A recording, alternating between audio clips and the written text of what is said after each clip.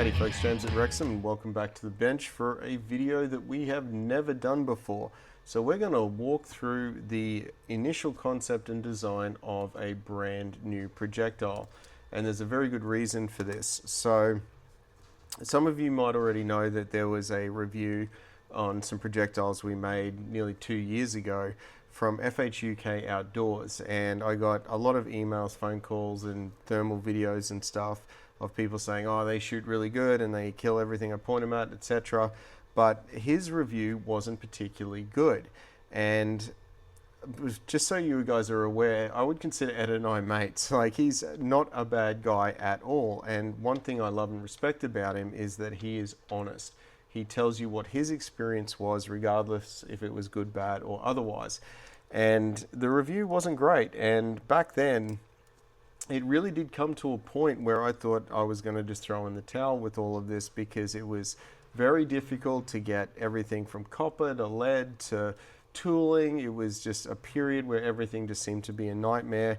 But, you know, we've taken that on and just had leaps and bounds in terms of production capability, tooling, jacket concentricity. I mean, there's a reason why the 69 to 80 grain projectiles now are just getting the most amazing rap all over the country, is because, you know, our jacket consistencies are now, concentricities are now around 2/10.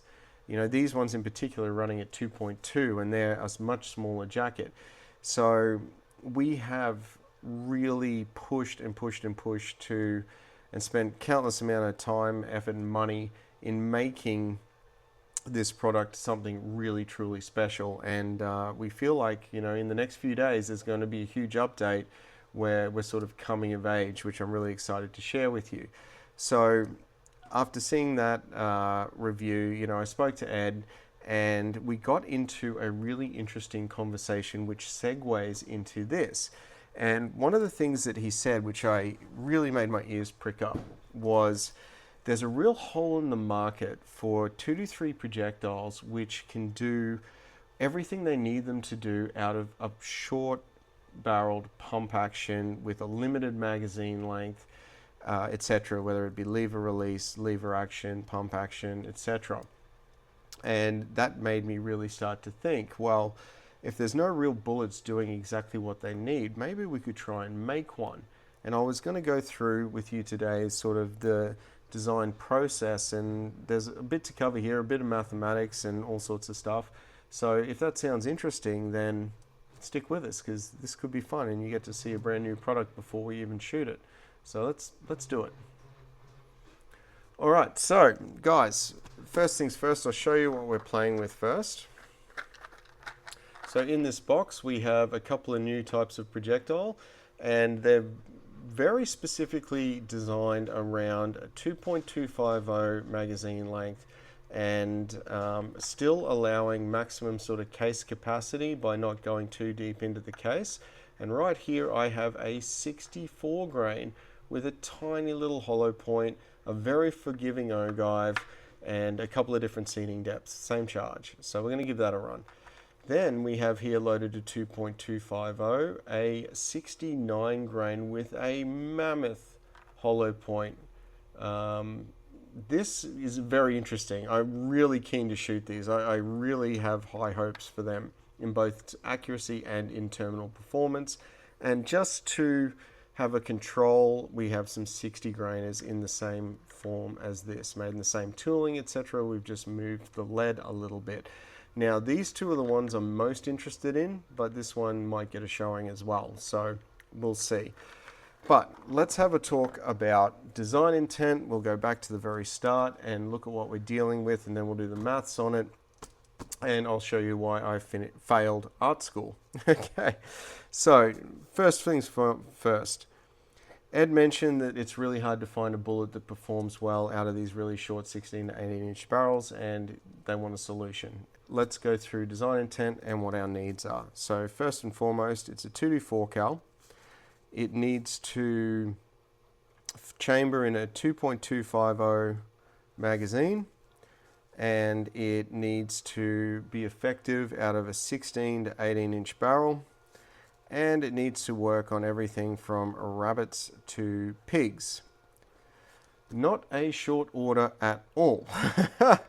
But there might be something we can do here. So for those of you who are interested in sort of like bullet design and hollow point design and stuff like that, it's all well and good to make a target bullet, right? We can have whatever geometry we want and all that sort of thing, but when it hits things, that's when stuff gets really interesting. So I'm going to draw here very badly a boat tail hollow point bullet with just a standard little tangent ogive, okay? Not to scale. And we're going to whack some lead in it. All right, so hope you can see that. All right, so there's a few things we can control and a few things we can't. Now, due to the nature of our production of the jackets, we can't control any more than what's already designed. We cannot control or any changes in the jacket's taper and geometry. It is what it is. Some manufacturers stamp their jackets in a way where they can control the taper to whatever they want for that particular bullet and have big thick bases like this. That's something that's out of our control at the moment. What we can control is anneal state of the jacket. We can control how hard the lead is. We can control the diameter of the hollow point. We can control where the lead sits in relation to the mouth of the hollow point. So we can move it back and forward, and we can do that by either changing the ogive or adding or subtracting more lead. The other thing we can do is bond, which we don't do at the moment, but we certainly can, and will be hopefully soon with something that we're working on. So when it comes to hitting things with bullets, you might have heard of a couple of conditions which can arise in the 62 actually, which is called clogging, where you get skin, hair, muscle, whatever, fill up the front of the hollow point, basically encapsulating that cavity very, very quickly, causing it to pencil through and not expand. We can solve that by moving some lead and some geometry around, but there's a few conditions which can cause that more easily, and things like twist rate is one of them, where the lead sits is another, angle of the ogive is another, how aggressive it is, etc., and obviously velocity. Another thing which is really interesting, now I've only ever seen this a couple of times, but I haven't pulled enough hollow point bullets out of game to actually see this at supersonic speeds, but I've certainly seen it in subsonic speeds, is a condition where if you have your lead there like that, and that's your hollow point, where the copper jacket will actually fold back in on itself, causing it to basically become a copper monolith and just punch straight through something. So there's a few reasons that might occur, but it's something that I have seen. It's just not very common. But it's a consideration based on velocity, twist rate, etc. So with all of these things we can control, there is always a way to try to manipulate a bullet's construction to give the terminal performance we need. You can also make this hollow point bigger and smaller to try and allow it to do what you've got to do. So knowing that, we have a certain set of design parameters. 224 cal, must fit in a 2250 magazine, 16 to 8 inch long. So we're looking at velocities between 2650 to maybe 2800, which is what I worked with these bullets. And obviously they got to be accurate. Now, some people don't care so much about groups, but I certainly do, as well as terminal performance. So to begin, this is kind of where my mind goes, okay? We're going to look at mass, we're going to look at velocity, we're going to look at kinetic energy, we're going to look at force, and there's obviously just bullet diameter, well, the tip diameter, so I'll just put TD for tip diameter. So the mass of bullet 1 is going to be 64 grains, which I'm really excited about. Velocity, we're going to say impact, at impact is going to be 2800. So we're looking at anywhere up to 100 yards with muzzle velocity maybe close to 2900 out of that 18-inch barrel. Kinetic energy, the 2800 feet per second is around 853 meters per second, and we're going to need that for the conversion with a kinetic energy of about 1510 joules. The 69 grain, conversely, is going to be impacting, let's say in this example, at 2650, which is 808 meters per second. And I am referencing some work I did on the computer earlier. And that gives a total kinetic energy of about 1459 joules. And you're immediately going to go, but there's more joules in the 64. Hang on. Hang on. Tip diameter here is 1.2, which includes the copper. And the tip diameter of this is 2 millimeters because it's a nice round number, and I like round numbers. So bullet 1, force exerted is 382 megapascals. And the force of bullet 2 is 343 MPa, which is mini pgas. No, it's megapascals, of course. Now, what does that mean in terms of force? And this is where stuff gets interesting. So the force exerted on the cavity of 64 grain, because you're like, oh, there's more megapascals, it's got to be better. Hang on. Is 430 to 500 newtons. Right?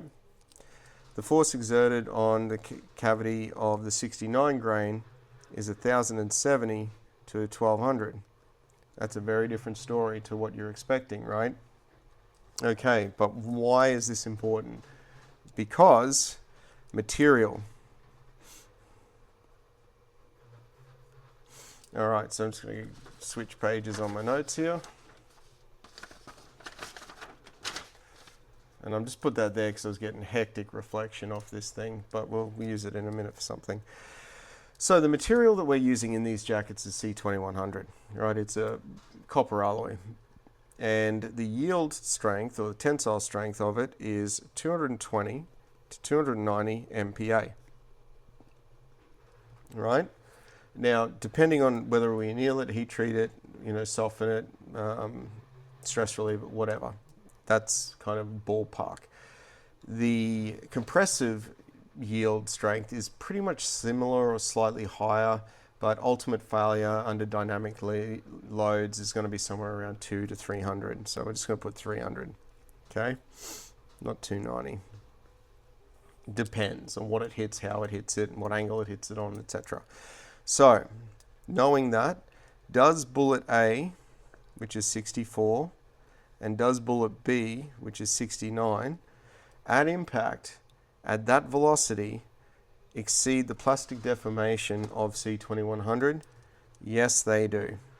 Very much so. There's a huge difference in force between 300 MPa and 382 MPa. Significant. So we're good. But here's the question. At what velocity do we drop under 300 MPa for plastic deformation to get that thing really opening up? I haven't done the equation on that, and now that I'm here, I wish I had, because that's really important. I haven't done it yet, but I will put a big note to myself here. Go back. Find the V. Find V. All right, so we'll work that out. But what I can tell you is it's not all as it seems, because bullet 1 has a smaller cavity, higher velocity, and higher localized pressure intensity at the tip, which could lead to faster, more aggressive initial deformation, okay? Should it happen pretty easily, but that could also mean that it's too explosive, it's too aggressive, but maybe not. We have to actually test these in a live field environment to find out. The other thing is smaller tips tend to clog more easily because it takes very little material to get in there and stop that expansion from occurring. Conversely, bullet number 2 has a larger cavity, more total force, but potentially more complete and reliable expansion. It's sharing that force over a greater cross-sectional area at the front of the bullet, which means it should potentially expand a bit more consistently and slow down more uniformly. It has a greater final diameter potentially, and you know, like we are using kind of a thicker jacket here anyway, so I'm kind of pretty hopeful that it's going to work really, really well. But it has a bigger frontal diameter, so just from the modeling we've done, it looks like the 69 is going to have a G1 of about 0.3. So it's not high, but it's not designed to be. It's designed to deliver the fist of God out of a very short barrel out to 200 meters. So from the workup that I've done, we're looking at 1 inch high at 100, zeros at about 160 to 170 yards is 2 inches low at 200, and then at 300 you're looking at like 8 inches.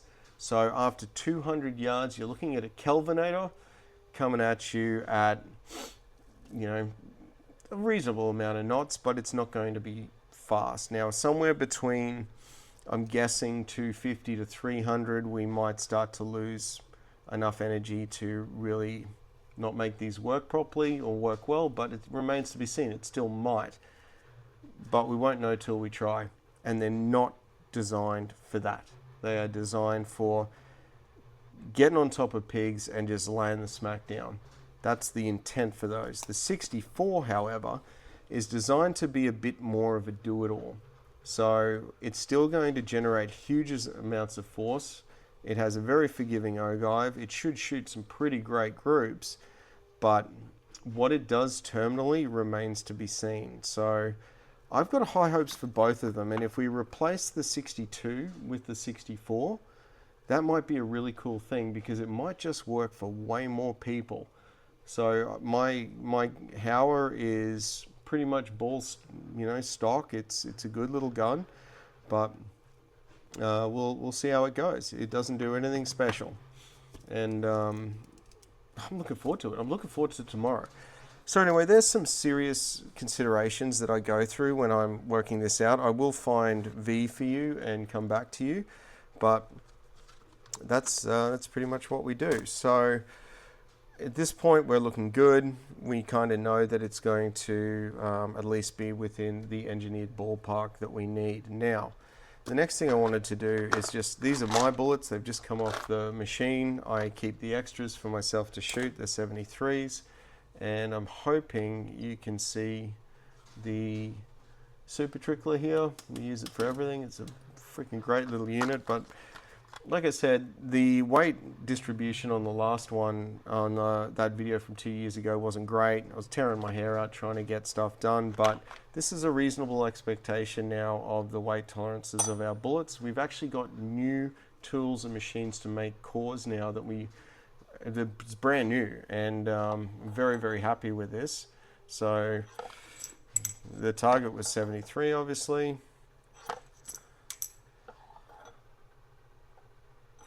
73.02. So this will be used on all of our bullets from today, or yesterday, actually. So I'm really freaking happy with this. Unless something goes wrong, I won't be weight sorting anything. Just run it. You can't really outshoot 0.06 of a grain, I would have thought. So these are mine. They're going straight into the reloading tray and off they go. But that's a realistic expectation now of what to expect from, you know, future batches of bullets. So as you can see, we really do take feedback on well. We always have. I'm really excited about Ed getting some of these 69s out into the pump action world and hammering some pigs with it. And yeah, and I'm really excited about these 64s. I think these will be really cool, but we won't know. They're going to have a reasonably good BC as well. So yeah, and there is actually, before I go, one more thing. There are 2 new products coming, and they're the answer to the Match King. Okay, it's a very good bullet, somewhere in the 75 to 77 grain range, and employs our new jackets, but it's got far more tolerant ogive, so you should be able to load it in pretty much anything and get great groups, and it is a hunting target crossover. So just wait for that. Looking forward to getting that out, but if these start to perform well, we're going to put the pedal to the metal on getting these made and out there. So stay tuned. If you found this interesting and some of the just the thought process that I go through when I'm designing a new bullet, then there's obviously a lot of aerodynamics and other stuff that we just won't go into, but we just need to know if this is going to work and you know, solve some problems hopefully. So anyway, until next time, thanks all for your support. Yeah, let's get them to Ed and see if he can actually plug some pigs with it. I'm looking forward to it. All right, talk soon. Bye.